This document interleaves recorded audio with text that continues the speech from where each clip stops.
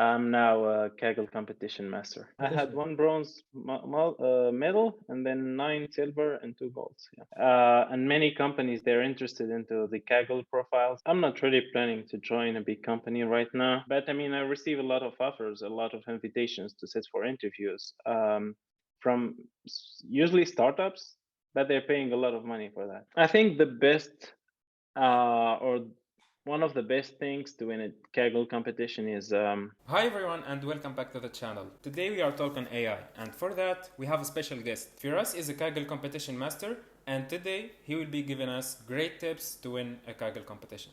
Hi Firas and welcome to the channel. Hi Ghazi, thanks for having me. My name is Firas Baba. I'm 25 years old. I work now at Norwegian AI company, and I just graduated last year in telecommunication. Great. And the special thing about you is you have activities on Kaggle, right?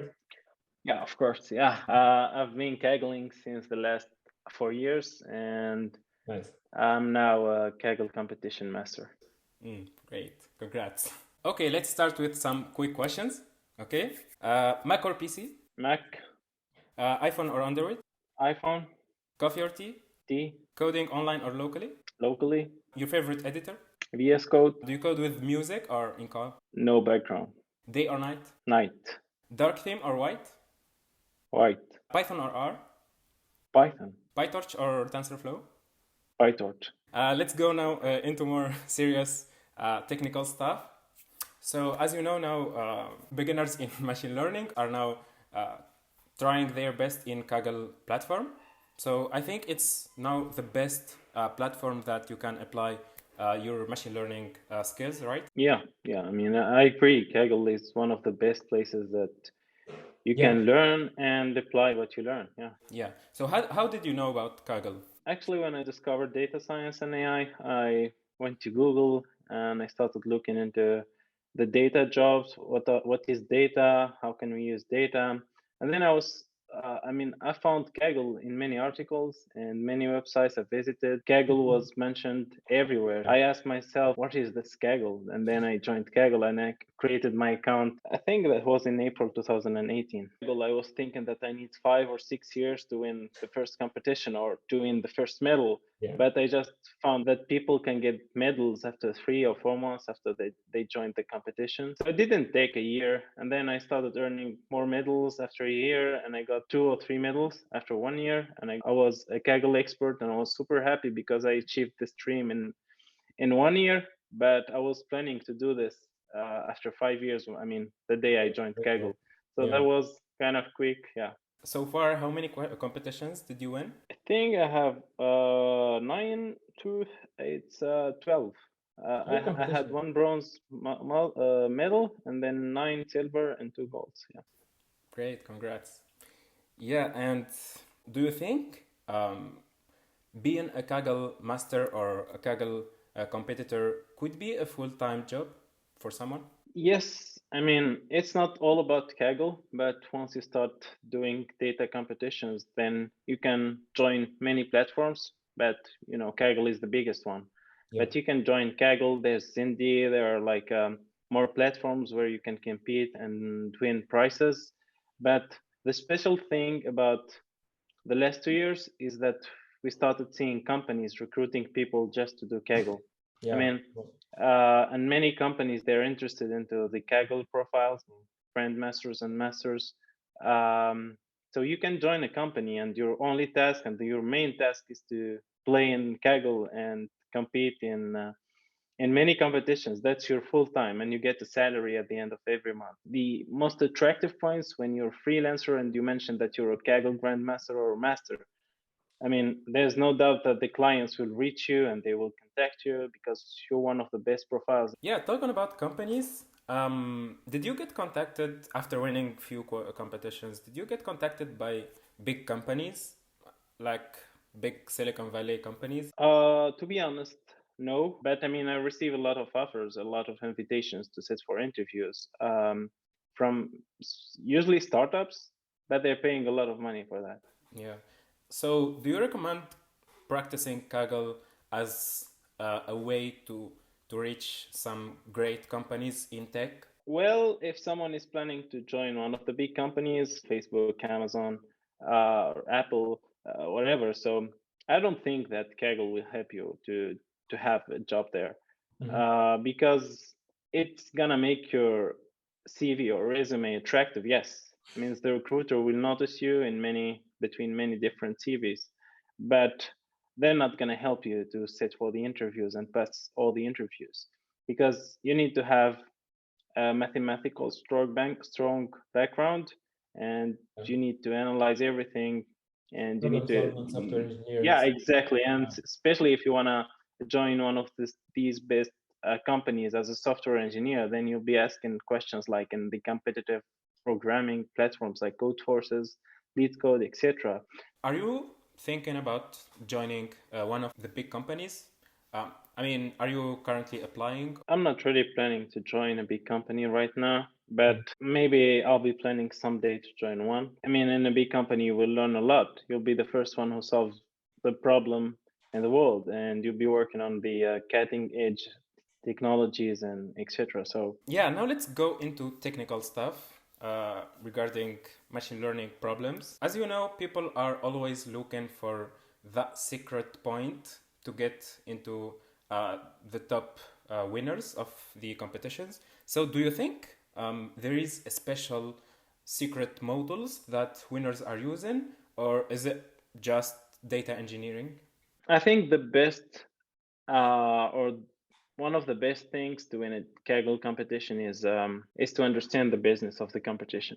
That means you look at the data, you try to understand what the company needs from this competition, how they're gonna use the solution, and especially at least look at the data. Because I see many people they join the Kaggle and then they join 2 or 3 competitions, but they're not really looking into the data. They're just building the models, copy pasting them, and that's it. But it's not all about this. It's you need to understand the business, understand the data, and then after understanding everything, you start thinking about how to solve this problem.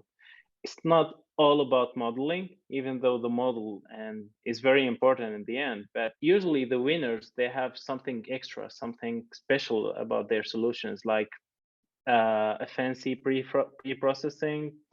Sometimes you find a leak. Sometimes, like you build 2 or 3 models, and every model is trained by different data. So it's all about looking at the data, understand the problem, and try to find the solution. Yeah, so regarding data engineering, do you recommend to have standard pipeline for dealing with data and then trying to customize this pipeline with every new competition? Or it depends and you cannot have a standard pipeline? It really depends on the data, because especially now, if you go to Kaggle and look at the competitions, they all have different data. Even computer vision competitions, they're using different data, and even, for example, segmentation problems, the data is given in different formats. Sometimes it's a JSON file, sometimes it's CSV file, sometimes like it's Yeah. a picture. So I don't think that pipelines with doing any data pre-processing will help you, but pipelines usually, I mean, copy pasting models is usually helpful. I've never written a model from scratch. I usually copy paste it.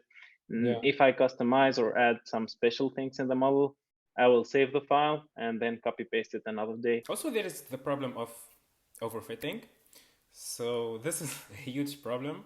People are getting into the first place, second place, and then whoop, they fell down. How are you dealing with this problem? Overfitting, actually, there are a lot of techniques to solve overfitting, but I really hate the word overfitting, because usually people, when they have like a good metric in the training data, but the metric is so bad for the validation data or test data, they will say that the problem is because I'm overfitting. It's not always about overfitting, because sometimes you're using, for example, I don't know, the training data and the validation data, you're duplicating the data. For example, the validation data is very similar to the training, while the test is very different from the training set. When you have a bad model, or the scores they're not similar in the test and the validation and the test, that doesn't mean you're overfitting. But usually when you're in a problem and you're facing overfitting, real overfitting, let's say, I try to decrease the number of the samples and the images or the text or the data or whatever. And I usually try to use smaller models because smaller models, I mean, people they're underestimating small models. But I recently won the Kaggle competition, and it was with the smallest ResNet ever. It's ResNet 10, and people they were using large models, but it's not all about the models. I mean, Yeah. sometimes smaller models they are better than big models, and especially when you have a small data. You talked about data augmentation, using more data. So, is there special successful methods in data augmentation? For example, in computer vision or NLP? In computer vision, I usually use the augmentations library. It gives all the APIs to perform different augmentations on the data, and it's quite useful. I usually like try 200 or 300 of augmentations, so I usually test them one by one. Yeah. I just make a full loop and I test them one by one, and I look at the performance and the validation set. And with the text data, I usually use the translation method. That means if the data is in English, I translate it, for example, to French, and then from French, I translate it to English. So it's all about the same meaning, but with a different grammar, with different words and etc. So this really helps with data augmentation. It's always better to translate your data with an API because the quality of the translation is much better. Yeah. Yeah. Do you use deep learning in your competitions? Yeah. I mean, I prefer. I mean, joining deep learning competitions. I mean, to be honest, because deep learning needs GPU. You need to have a lot of computational power.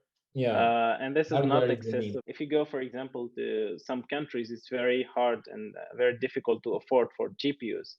So I Yes. usually like, because I was living in Tunisia and it was very hard to get a GPU or at least a powerful GPU. So I suffered from this problem. So Yes. now I live in Norway. I mean, I have my own GPUs. So I, it's fun for me. I mean, I join all the competitions I want to join.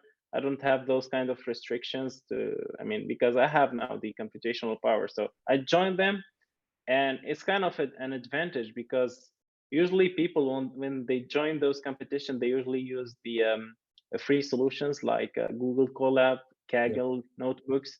So you have this advantage compared to these people because you have your own hardware. You can train for Yeah. 24 hours for 1 month for free because you have the hardware. So I usually join them because I have this advantage. Yeah. Now, other than Kaggle, what do you think about reinforcement learning? Do you think there is a good future uses for this technology, or is it just a great theoretical tool and it's not going to have great success in industrial applications? I believe that RL will be the future of many fields because now I can see a lot of companies are investing a lot of money to come up with the new solutions using RL, and it's widely used in gaming. And more, I can see that some PhD topics they're really related to RL. Yes. So I don't know what RL is exactly. I mean, I know what RL, of course, but I've never like dig deeper into the RL math or how to optimize the system or the reward, because everyone is saying you have an agent and an environment and you get reward. Yeah, I know all of this, but Yeah, we I'm all know not that, I'm but much. no one Yeah, is going deeply. yeah, Yeah. and the only experience I had with RL, I went for an Indaba in Kenya, and there was a competition, so I was super excited to join it. But I was so disappointed because it turns out that the competition is using RL. So I was trying to team up with someone who's really understanding RL, and I was like very disappointed when I saw him taking a paper and a pen, and he was trying to solve equations. I've never did this in Kaggle. I mean, so I hated RL at that moment. Yeah. It looks like RL is going to destroy machine learning standard techniques. And here I want to talk about the future of AI or machine learning developers. Do you think that machine learning developers could be replaced with automated agents? Do you think, I mean, nowadays trends are being data scientist or machine learning developer, but do you think it's a trend that will end as soon as reinforcement learning will give a great solution in the automation of machine learning? Yes. I mean, I'm saying this every day to my father. I'm telling him that the data scientists and machine learning engineers are destroying their future by their hands. Because now, I mean, I've tried some auto ML solutions and they're quite good. I mean, sometimes I spent days and weeks to fine tune a model, and with the auto ML solutions, it just do it Yeah. in like one day. Yes. But the auto ML solutions are still very expensive since they need a lot of computational power and they train a lot of models with different hyperparameters. They're still expensive, but I believe these solutions will be so cheap in 4 or 5 years.